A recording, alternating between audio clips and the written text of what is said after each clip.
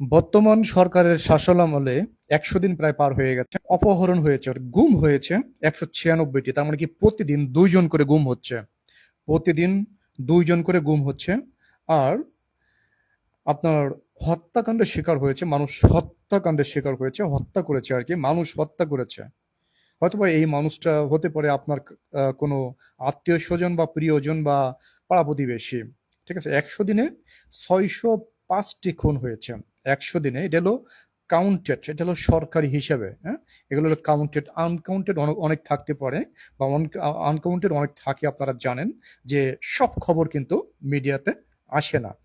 হ্যাঁ, আপনার পাড়া-প্রতিবেশী, গ্রাম-প্রতিবেশী যারা আছে, একদম আজও গ্রামে যারা আছে, তাদের সংবাদগুলো বা তাদের সংখ্যাগুলো কিন্তু এই মিডিয়াতে আসে না। তাহলে ১০০ দিনে খুন হয়েছে হলো ৬০৫ টি।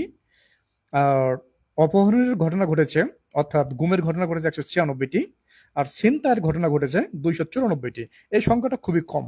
ছিনতাইয়ের ঘটনা ঘটেছে ১০০ দিনে মিনিমাম ছিনতাইয়ের ঘটনা ঘটেছে ১০,০০০ টি।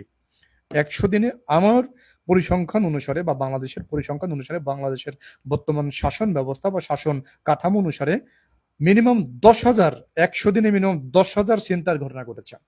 কারণ কি, ছিনতাইয়ের ঘটনা আপনার অনেক প্রকার ছিনতাই থাকে, ঠিক আছে? ছিনতাইয়ের ঘটনা হয়তো বা টিআইবির যে রিপোর্টটা, এই রিপোর্টটায় মানে পুঙ্খানুপুঙ্খভাবে তারা আনতে পারবে না। ছিনতাইয়ের ঘটনা কেউই আনতে পারবে না পুঙ্খানুপুঙ্খ সব। মানে হয়তোবা ছিনতাইয়ের ঘটনা যদি ঘটে ১০০, হয়তোবা মিডিয়াতে একটা প্রকাশ পায়। ছিনতাইয়ের ঘটনা যদি ১০০ হয়, মিডিয়াতে হয়তোবা একটা প্রকাশ পেতে পারে। ডাকাতির ঘটনা ঘটেছে ৯০টি। টিআইবি বলছে, ট্রান্সপারেন্সি ইন্টারন্যাশনাল, ঠিক আছে? টিআইবি বলছে ডাকাতির ঘটনা ঘটেছে ৯০টি। এটাও মানা যায় না।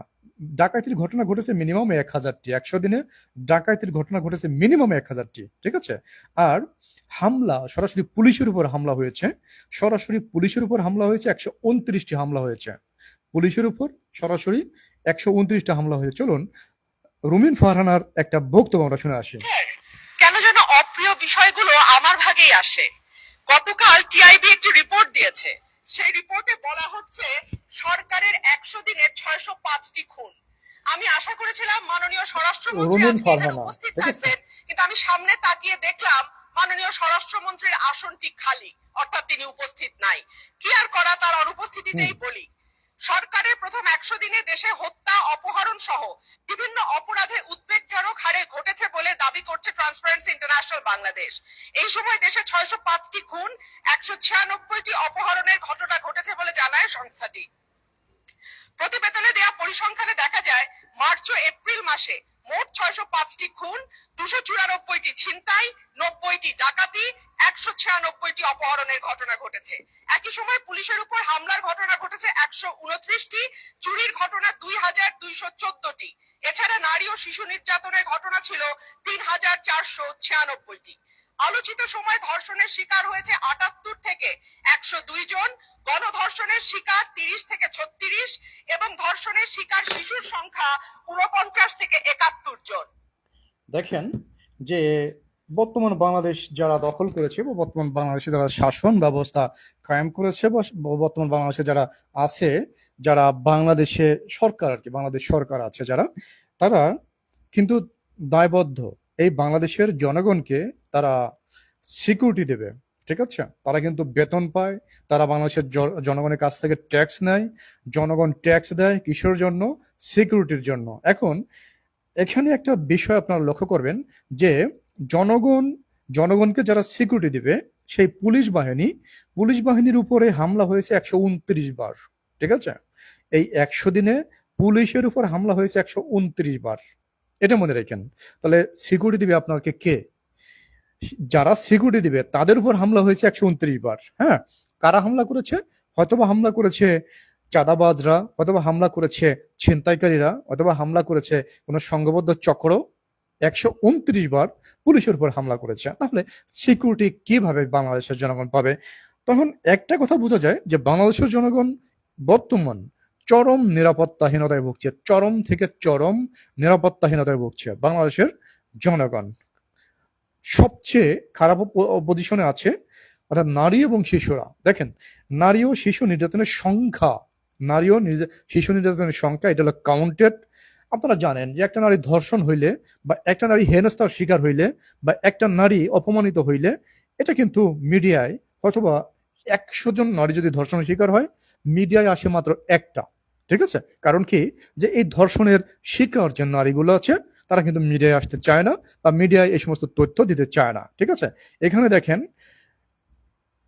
৩,৪৯৬টি নারী ও শিশু নির্যাতনের ঘটনা ঘটেছে। এটা হলো কাউন্টেড। এটা কিন্তু টিআইবি ট্রান্সপারেন্সি ইন্টারন্যাশনাল, ঠিক আছে, বাংলাদেশ, এটা কি তারা কিন্তু এই রিপোর্টটা দিয়েছে। ৩,৪৯৬টি নারী ও শিশু নির্যাতনের ঘটনা ঘটেছে।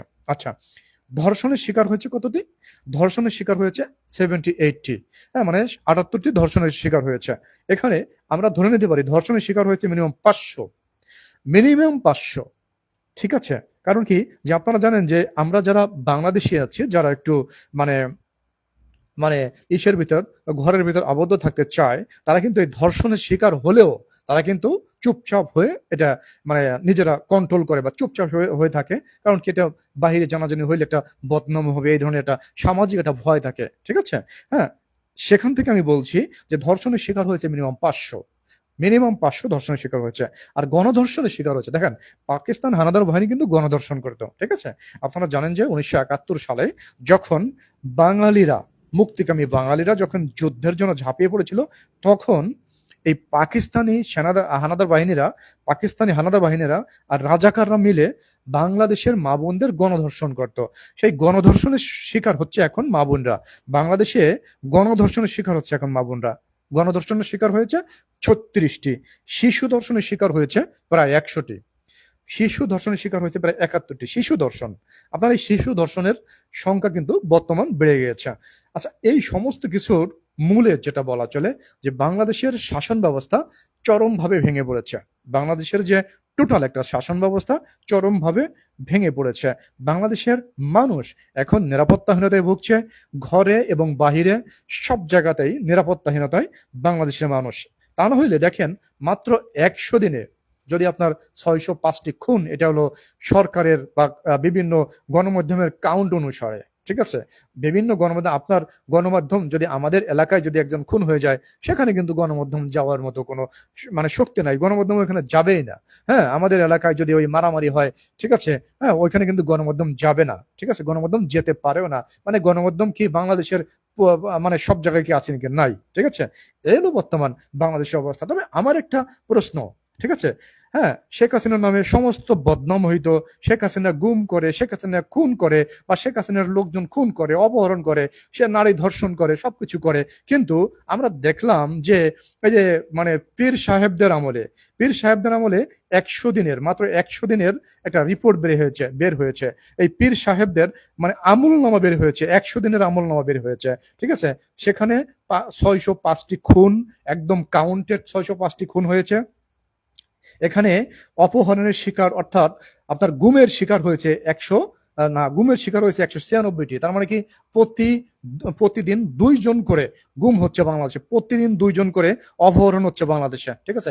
এইটি হলো বর্তমান বাংলাদেশের অবস্থা, বর্তমান বাংলাদেশের পরিস্থিতি। আর যদি আমরা অন্য অন্য সেকশনে যাই, সেটা হচ্ছে কি, যে আমরা যদি বলি যে আপনার সুশাসনের কথা, সুশাসন তো একদমই নেই। আবার যদি বলি ব্যাংক সেক্টরের কথা, বাংলাদেশের অর্থনীতির কথা, বাংলাদেশের অর্থনীতি একদম বেহাল দশা হয়ে গেছে। বাংলাদেশের অর্থনীতি শেষ, ব্যবসা বাণিজ্য একদম পুরো বন্ধ হয়ে যাওয়ার পরিক্রম কিন্তু বাংলাদেশের মানুষের, যারা বড় বড় ব্যবসা বাণিজ্য করে। আবার আপনারা দেখেছেন যে আমেরিকার সেই সাথে অবৈধ চুক্তি, ইউনূস এবং এই জামাত, এনসিপি, তারপরে বিএনপি মিলে যে আমেরিকার সাথে যে অবৈধ চুক্তি করেছে, অবৈধ চুক্তির ফলে বাংলাদেশের যারা বড় বড় বিজনেসম্যান আছে, তারা কিন্তু চরম একটা আতঙ্কে আছে, চরম একটা সমস্যার ভিতরে আছে। আপনারা জানেন যে অবৈধ চুক্তির মাধ্যমে, অর্থাৎ বাংলাদেশ বিক্রি করার যে ষড়যন্ত্র, বা বাংলাদেশ বিক্রি করে যে ইউনূস ক্ষমতা এসেছিল, এবং সেই ক্ষমতা মানে সেই দায়ভার যে এই বিএনপি সরকার বা জামাত বা এনসিপি নিয়েছে, বা এনসিপি সাহায্য করেছে ইউনূসকে, সরাসরি বিএনপি, জামাত এবং এনসিপি সাহায্য করেছে এই দেশটা বিক্রি করার জন্য। আপনারা ইতিমধ্যে জেনে গিয়েছেন, বিভিন্ন গণমাধ্যম বা বিভিন্ন যারা দেশপ্রেমিক জনগণ আছে, তারা কিন্তু আওয়াজ তুলেছে। হ্যাঁ, এই যে তাদের যে অবৈধ চুক্তি, এই চুক্তিটার বিরুদ্ধে সবাই বিভিন্ন গণমাধ্যম যারা জুলাই জুলাই আন্দোলনে যারা শরিক ছিল, আমি দেখলাম যে একটা সাংবাদিক, হ্যাঁ, উনি জুলাই অনেক কান্নাকাটি করেছিল রাস্তায় দাঁড়িয়ে যে আমার ভাই বোন সব মারা যাচ্ছে, কিন্তু তিনিও দেখলাম যে ইউনূসের যে অবৈধ যে বাণিজ্য চুক্তি, অবৈধ যে দেশ বিক্রির যে চুক্তি হয়েছে, সেই চুক্তির বিরুদ্ধে তিনিও দাঁড়িয়েছে। কিন্তু এখানে আমরা আশ্চর্য হলেও সত্য যে যারা এই দেশটাকে বললো যে সংস্কার করব বা এই দেশটাকে যারা একদম মানে আকাশেও তুলে দিবে, কিন্তু তারা কিন্তু আমেরিকার চুক্তির বিরুদ্ধে একটা টু শব্দ করে নাই। কারণ কি, চেয়ার এবং ভাগ সম্পূর্ণ তারা পেয়ে গিয়েছে। কারণ কি, আমেরিকার ইন্ধনেই তারা এই মানে হামলা বা এই ধরনের জুলাই সন্ত্রাসীপনা করেছিল, ঠিক আছে।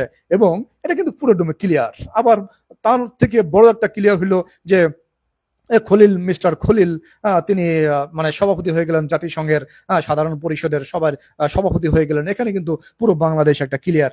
বাংলাদেশের মানুষের ভাগ্যে যে কি আছে, বাংলাদেশের মানুষের ভাগ্যে যে চরম বিপদ মানে অপেক্ষা করছে, এটা কিন্তু স্পষ্টভাবে এই সরকারের বিভিন্ন কাজকর্মে সে বার্তাটা বাংলাদেশের জনগণ কিন্তু এখন জেনে গিয়েছে ইতিমধ্যে।